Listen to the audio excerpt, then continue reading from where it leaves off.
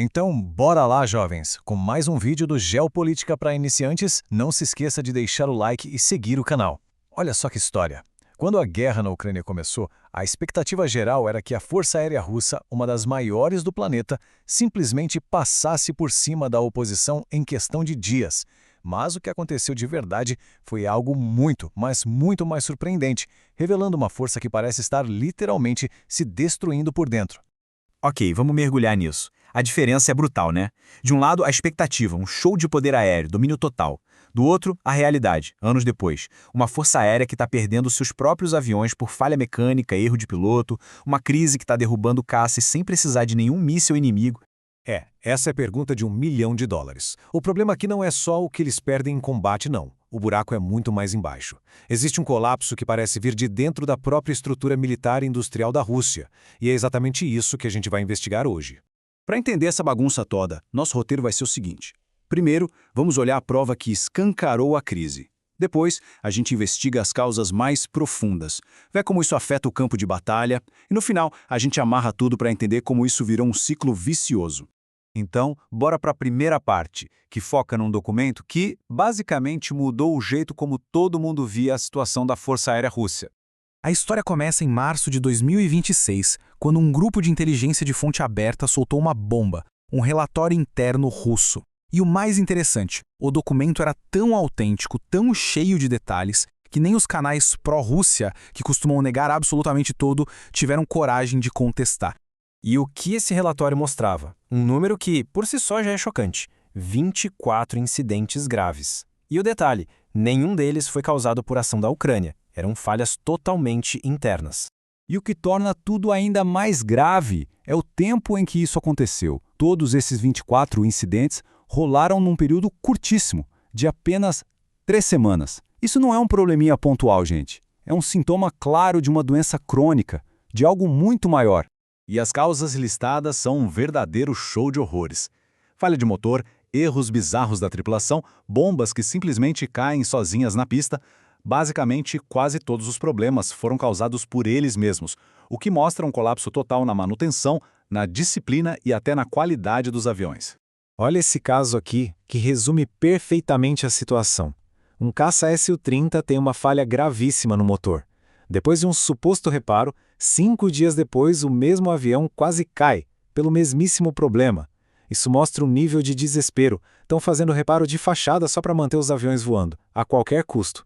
E não para por aí. Em outro caso, um bombardeiro solta sem querer uma bomba de 500 quilos na pista enquanto decolava, e o piloto continuou a missão como se nada tivesse acontecido. É um colapso total de qualquer procedimento básico de segurança.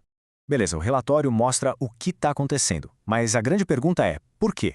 Para entender isso, a gente precisa cavar mais fundo e olhar para as causas dessa decadência toda. Lembrando, pessoal, deixa o like e se inscreva no canal para ajudar a gente a crescer.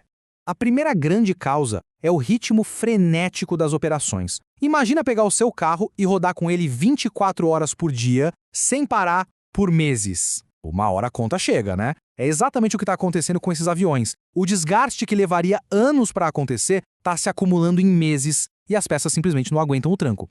O segundo problema é que a indústria não dá conta do recado. Os números mostram que a produção anual mal consegue repor as perdas em combate. Nem de longe dá para substituir as dezenas de outros aviões que estão literalmente se desmanchando por excesso de uso.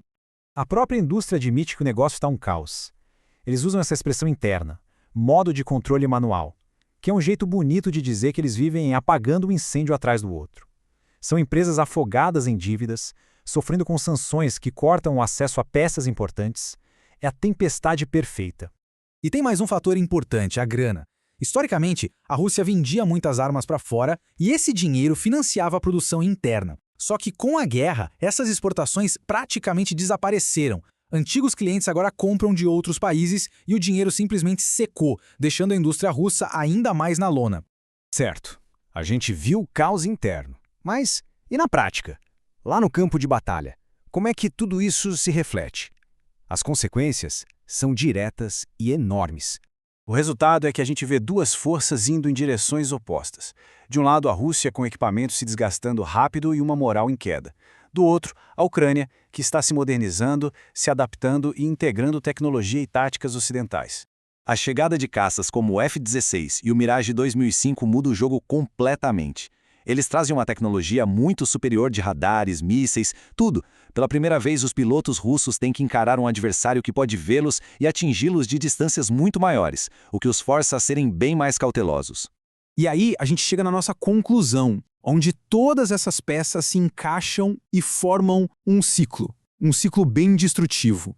É um ciclo vicioso, bem simples de entender. O ritmo da guerra desgasta os aviões. A indústria, falida e sob sanções, não consegue consertar direito nem construir novos. Aí eles mandam de volta para o combate aviões remendados, que quebram de novo. Isso só aumenta a pressão sobre os poucos que ainda funcionam, que se desgastam ainda mais rápido. É uma espiral que só vai para baixo. No fim das contas, a grande conclusão é esta. A maior ameaça à Força Aérea Russa não vem dos mísseis ucranianos, mas sim das suas próprias linhas de produção em colapso, da sua manutenção inadequada e da pressão insustentável que eles mesmos colocaram sobre suas frotas. E é importante dizer que isso não é um problema isolado dos militares, não. A aviação civil russa, que depende muito de aviões da Airbus e da Boeing, está passando pelo mesmo perrengue, canibalizando aviões para conseguir peças e voando muito além dos limites de segurança. É um problema nacional. Essa citação aqui resume a gravidade de tudo. A destruição está acontecendo tão rápido que a grande questão não é mais se a Força Aérea vai se recuperar, mas o que vai sobrar dela quando essa guerra finalmente acabar.